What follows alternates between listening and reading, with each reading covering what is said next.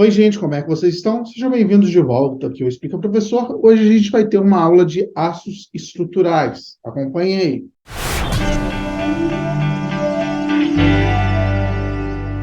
Bom, antes de qualquer coisa, eu gostaria de pedir para você que chegou aqui no canal agora, que se inscreva no canal e ative o sininho. Isso me ajuda bastante aqui a continuar a crescer no YouTube.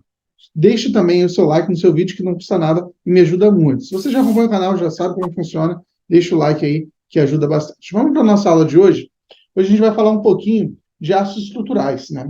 Aços estruturais, como o nome já diz, né, já é bem indicativo, né? São aços utilizados em aplicações ali estruturais. Os aços estruturais, eles não necessariamente, né, isso é importante falar, não necessariamente um aço seu, quando eu classifico ele como estrutural, eu não posso classificar ele em outra das classificações que a gente vem vendo aqui no canal. Então, eu posso ter um aço, por exemplo, que ele é um aço de alta resistência e baixa liga, e ao mesmo tempo ele é um aço estrutural, né? Não é uma classificação, ela não elimina o seu aço de outra classificação. Então, a gente tem aços que podem estar dentro ali de diversas classificações. E os aços, né, normalmente, eles estão ali em constante evolução, né? O desenvolvimento de aços, né, desenvolvimento de nova formulação, desenvolvimento ali de novos processamentos para formulações, com o ponto de vista ali, com o objetivo ali de melhorar as propriedades desses aços.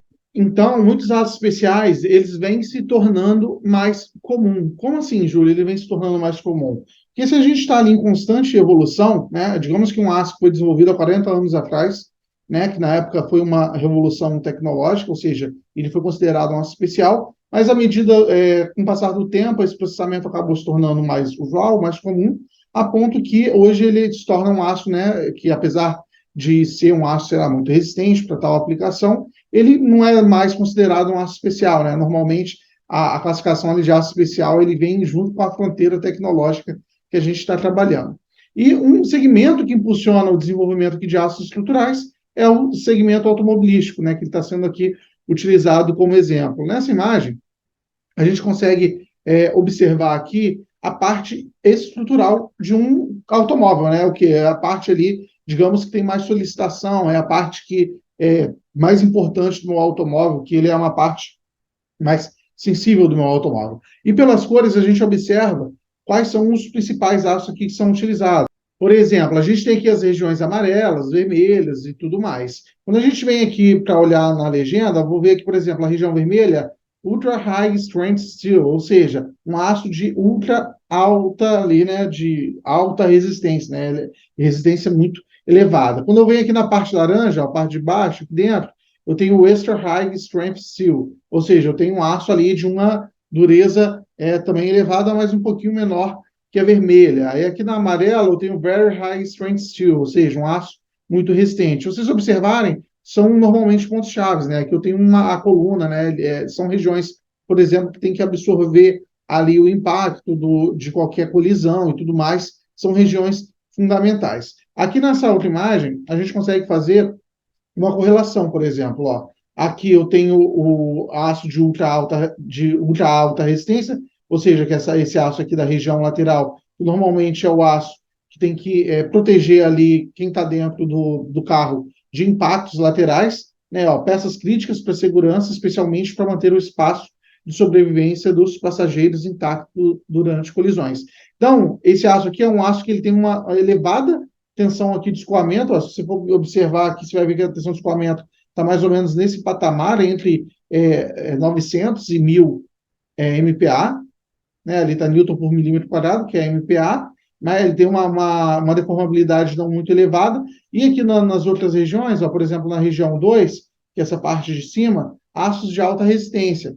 Ele já tem aqui um balanço entre a resistência e a formabilidade e absorção de energia. Ou seja, é um aço que já tem uma maior deformabilidade e ele acaba ali conseguindo ter uma tenacidade maior, né? Ele consegue absorver mais energia durante a deformação. Enquanto aqui na parte externa do carro, a gente tem aços aqui com excelente formabilidade. São aços que são fáceis de tomar forma, de adicionar uma forma a ele, e, além disso, ele tem uma baixa tensão de escoamento, mas ele tem uma deformabilidade muito grande. E a gente sabe que daqui, então, eu consigo ter, né, uma elevada também tenacidade, ou seja, eu consigo absorver bastante energia ali de forma geral com a deformação desse meu aço. Então, a gente vai ver aqui, normalmente ali na parte externa, eu vou usar um aço ali que ele é fácil de conformar e ele consegue ali absorver energia de maneira fácil. E na parte interna ali, eu utilizo aços mais resistentes, né, que vão ali sempre procurar proteger quem está dentro da cabine ali do automóvel e também, na medida que o tempo vai passando, eles vão procurando também reduzir o peso de uma maneira geral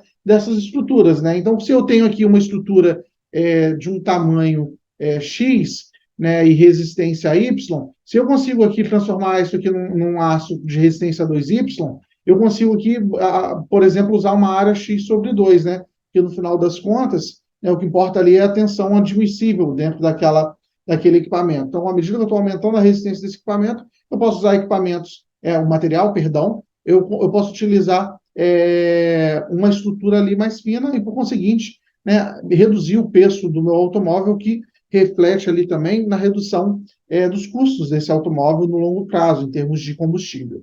E uma classe aqui importante de aços estruturais que vem se desenvolvendo são os Advanced High Strength Steels, né? A gente chama aqui AHSS, né? À medida que os aços foram sendo desenvolvidos, sempre procurou, a partir ali do aço carbono comum, melhorar as propriedades de resistência, soldabilidade de maneira geral, né? Um elemento que faz isso bem é o manganês, né? Você pode adicionar ali o manganês, né? Porque eu consigo ali, por exemplo, ao invés de utilizar aços com maior quantidade de carbono, por exemplo, os aços acima de 0,5% de carbono, talvez você conseguisse uma dureza elevada. Porém, isso aqui atrapalha a soldabilidade, né? É difícil soldar aços com elevado carbono. Então, você adiciona algum elemento de liga. O primeiro que começou a se utilizar foi o manganês, mas isso aí ainda tiveram os problemas ali com soldabilidade, principalmente ali com falhas desse material, né? Porque eu tenho também que prestar uma atenção na tenacidade. Então, o manganês sozinho, ele não consegue resolver o problema da tenacidade. Então, daí começou a se investigar outras formas de melhorar a resistência, mantendo a tenacidade do material. Então, por exemplo, começaram a se adicionar outros elementos de liga para eu garantir, por exemplo, um refino de grão, porque o refino de grão eu garanto uma resistência elevada sem perder a tenacidade, né? Eu começo ali a precipitação de carbonetos, e daí eu vou adicionando todos os elementos de liga que a gente vem estudando, né, ao longo desse curso. E, com o passar do tempo, como eu falei com vocês, esses aços ali, eles acabam se tornando somente, né, aços de alta resistência, né? Eles não se tornam aços avançados exatamente porque o avançado é uma questão ali de limiar de tecnologia. Esse conceito aqui do AHSS, ele é muito amplo, né? A gente não tem um conceito muito fechado sobre ele. E um dos grupos que costumam participar são os aços ali de alta resistência e baixa liga, né? Vocês podem ver que uma classe que a gente já tinha visto na nossa aula de aços liga, ele está também ali dentro da classe dos aços AHSS e ele também está dentro da classe ali de aços estruturais. Nesse gráfico, a gente consegue observar aqui, né, como que são a evolução dos aços. Né? Eu tenho um aço aqui, carbono manganês, aqui eu tenho o limite de resistência dele. Aqui eu tenho os aços de alta resistência, baixa liga. Aí depois eu tive o desenvolvimento aqui dos aços slip. Né? Aí vocês podem observar que os aços slip, ele já, apesar dele ter uma elevada resistência, eu já consegui uma melhor tenacidade. Né? Esse aqui eu tenho um alongamento para cima e para cá eu tenho um limite de resistência. Então, se eu estou andando nessa diagonal, na verdade eu estou conseguindo um aço que ele é bem resistente e tem um alongamento, ou seja, é um aço muito tenaz. Aqui, por exemplo, tem o grupo dos aços inox, eu tenho aqui os aços strip, tenho aqui a terceira geração dos aços AHSS, ou seja, são os aços mais modernos desse grupo, que conseguem aliar ali um limite de resistência muito elevado com uma elevada tenacidade, que também é importante para algumas aplicações estruturais. Falando especificamente aqui de aplicações estruturais agora, vamos começar falando de caldeiras, vasos de pressão e tubulações. A gente comentou rapidamente na aula de aço ligas de algumas aplicações dessas, né? Principalmente dos aços ARBL. Então, os meus aços estruturais aqui, eles são basicamente, né, os vergalhões aqui para reforço de concreto, barras, tubos, chapas e perfis para aplicação estrutural. A gente vai falar aqui de cadeiras, vasos de pressão, já já a gente vai falar também dos vergalhões. Quando eu tenho aqui um caso específico de vasos de pressão, caldeira e tubulação, eles são regulados ali por conta do risco que tem envolvido. E quem regula esses tipos de equipamentos são ali os códigos e as normas da ASME. Né? Como você envolve né, segurança de maneira geral, ele é um tipo de indústria que ele tem tudo muito bem reguladinho e é difícil você sair do que está regulado ali, a não ser que seja para algumas aplicações muito específicas, né, e garantindo que você vai ter uma maior segurança. Então, a seleção aqui dos aços estruturais, ele vai depender da aplicação aqui, uma vez que a dimensão do equipamento, né, pode impossibilitar, né, algumas rotas de processamento de aços mais complexos. O que eu estou querendo dizer com isso? Quando a gente está comparando aqui, por exemplo, a indústria automobilística, a gente está vendo aqui que eu tenho algumas formas bem complexas dos aços. E essas formas, normalmente, elas são obtidas por conformação mecânica. E isso só se torna possível, muitas das vezes, porque eu tenho uma espessura pequena ali do meu componente estrutural. Quando eu estou falando aqui de vasos de pressão e tubulação, normalmente estou trabalhando com espessuras bem elevadas. E o processamento, ele acaba impossibilitando alguns tipos de aplicação. Então, quando eu estou fazendo essa seleção, escolhendo esse material, eu tenho que entender qual que vai ser a aplicação dele de maneira geral, qual é, tipo, por exemplo, a geometria, para eu entender também qual que vai ser o meu processo de montagem ali, né? Como que eu vou processar para eu conseguir obter ali o meu equipamento depois, né? Vou realizar um processo de soldagem, vou realizar ali uma conformação, né? Uma conformação mais simples, eu vou realizar um forjamento, um embutimento, qual é o tipo de conformação mecânica, né? Que eu vou estar realizando ali para eu entender qual tipo de aço que eu posso selecionar. Aqui, normalmente, quando eu estou trabalhando com aços estruturais, as normas que modelam, né, as normas que guiam aqui qual tipo de aço eu costumo utilizar são as normas da ASTM, né, a ASTM A36 e a A242, né? Se vocês quiserem só tomar nota aí para quando vocês estiverem é, observando ali ou pegando seleção de material, né, para esse tipo de equipamento. Aqui, um tipo de aço importante que convém a gente mencionar, né, para quando eu estou falando principalmente de aplicações de grandes espessuras, que são os casos aqui de caldeiras, vasos de pressão e tudo mais, são os aços aqui que ele tem o aço 20 manganês, molibdênio e níquel, né? Ele tem aqui 0,2 de cada um desses elementos e o 2,25 cromo, um molibdênio. Alguns a gente até comentou já na aula de aços liga, para vocês verem que são aços que estão ali conversando entre as duas classificações. Um tipo aqui é o grau F22, né, que é esse grau que está aqui, né, nessa curva SCT aqui do aço. Né? O que é interessante nesse aço grau aqui F22? Que ele é desenvolvido aqui para ter alta temperabilidade e ótima tenacidade. Né? A gente já estudou como que a gente interpreta esse tipo de diagrama e o que a gente pode observar aqui nesse diagrama. Mesmo para resfriamentos aqui um pouquinho mais rápidos, por exemplo, essas curvas aqui, eu nem preciso resfriar tão rápido assim, eu vou estar passando aqui dentro da curva de formação da bainita, né? Vocês estão vendo essa linha aqui? Essa linha aqui é a linha de formação da bainita. Então, para taxas confortáveis de resfriamento, eu consigo obter uma estrutura bainítica.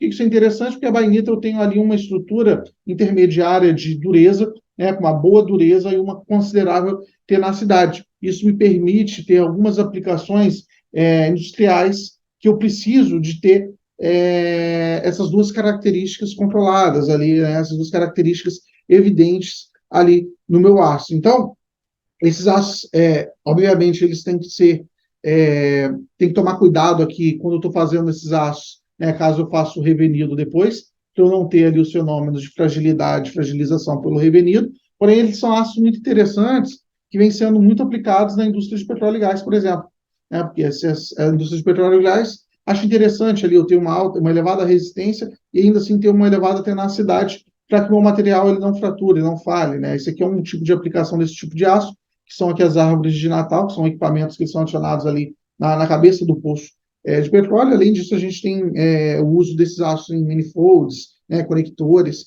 isso tudo regulado pela norma API 6A, que é a norma que regulamenta esse tipo de equipamento. Vamos continuar falando um pouquinho aqui de aplicação, agora especificamente aqui sobre os requisitos para os aços destinados a essas aplicações estruturais. O primeiro requisito aqui é eu ter uma tensão de escoamento elevada. Né? Por que eu tenho que ter uma tensão de escoamento elevada? Normalmente, a propriedade que é utilizada ali no projeto é a tensão de escoamento. Então, eu vou evitar ali com isso que eu tenha uma deformação plástica generalizada. Né? Eu vou estar trabalhando ali com a tensão de escoamento. Eu não quero que o material deforme plasticamente. E para alguns casos ali, a manutenção da tenacidade ali, ela é importante quando a fratura dútil é necessária, né? Por exemplo, quando eu estou trabalhando com gasodutos. O que eu estou querendo dizer com isso? Eu tenho aqui um gasoduto, né? E por algum motivo sofreu um processo de corrosão e sofreu uma fratura. Se o meu material ali ele não tem uma tenacidade elevada, ele pode pegar aqui e falhar drasticamente e realizar ali uma falha catastrófica, que a gente chama no meu duto, e ter um dano imenso. Se eu tenho um material dútil, por exemplo, né, à medida que surgiu uma falha, a tendência é, mesmo que essa falha exista, eu vou ter aqui um vazamento de gás, né? Como esse meu material é dútil, ele resiste à presença ali daquela falha sem grandes problemas. Aí, tendo esse vazamento aqui de gás, por exemplo, eu consigo observar que há espalhamento e consigo aqui realizar a correção desse duto sem problemas maiores. Então, dutos, normalmente, eu quero que ele tenha ali uma tensão de escoamento elevada e também uma elevada tenacidade ali, para eu não ter a fratura no meu duto. Uma parte importante ali é que eu tenha uma boa soldabilidade, né? Normalmente, quando eu estou com esse tipo de equipamento, eu normalmente utilizo soldagem para montar ele, o pessoal utiliza muito soldagem na parte de campo, então eu não quero ali, né, quando a gente vai estudar soldagem, a gente sabe que tem uma parte ali da soldagem que a gente chama de ZTA, que é a zona termicamente afetada, e eu quero, durante o processo de soldagem, que as minhas características ali próximas à junta soldada, ela sofra a menor alteração possível, né? Porque eu não quero perder propriedade ali próximo da minha junta soldada, né? Por que eu não quero fazer isso? Porque eu posso ter um ponto ali onde ele vai falhar, eu posso danificar e ter uma falha catastrófica também no meu material. Além disso, quando eu tenho ali uma boa soldabilidade, eu também facilito o processo de corte por chama da minha peça. E aqui eu ainda tenho uma característica importante que é a boa formabilidade, né? A capacidade de deformação plástica ali do meu material, porque muitas vezes algumas dessas peças elas podem ser conformadas, então assim é necessário que eu tenha ali uma boa capacidade de deformação plástica nessa minha peça. E obviamente o custo mínimo, né? Porque a gente sempre vai estar querendo trabalhar ali otimizando o meu equipamento para eu obter o menor custo possível. E quando a gente está falando de vergalhões para concreto, esses tipos de peça eles são especificados aqui segundo a norma NBR 7480 e eles são designados aqui como CAXX, onde o meu XX aqui ele vai representar o limite de escoamento mínimo em quilograma-força por milímetro quadrado. Então, se eu denomino aqui que o meu vergalhão ele é um CA25, isso significa aqui que a minha tensão de escoamento mínima ela é maior que 250 MPa. Então, aqui o meu CA50, a tensão de escoamento aqui vai ser maior do que 500 MPa. Aí vai depender de qual tipo de resistência ali no vergalhão que vocês estão procurando. A norma aqui, ela ainda especifica a relação de elasticidade mínima, né, relação elástica mínima, de alongamento mínimo e capacidade de dobramento, ou seja, a capacidade ali do meu vergalhão de dobrar. E muitos fabricantes aqui limitam a quantidade de carbono até 0,5%, 0,55%, por conta do uso recorrente de solda. Apesar de que, sempre que você for soldar um vergalhão ou uma estrutura dessa que está sendo utilizada na indústria civil, você tem que observar as condições dadas ali pela norma NBR 6110, porque isso pode afetar a estrutura de uma maneira geral. Um outro equipamento que a gente tem são os perfis estruturais, né? Os perfis estruturais, como a gente pode ver aqui nessa imagem, são essas estruturas aqui, que normalmente eles têm uma forma de perfil, pode ser um perfil em U, em L, em T, né? Pode ser até um perfil cilíndrico.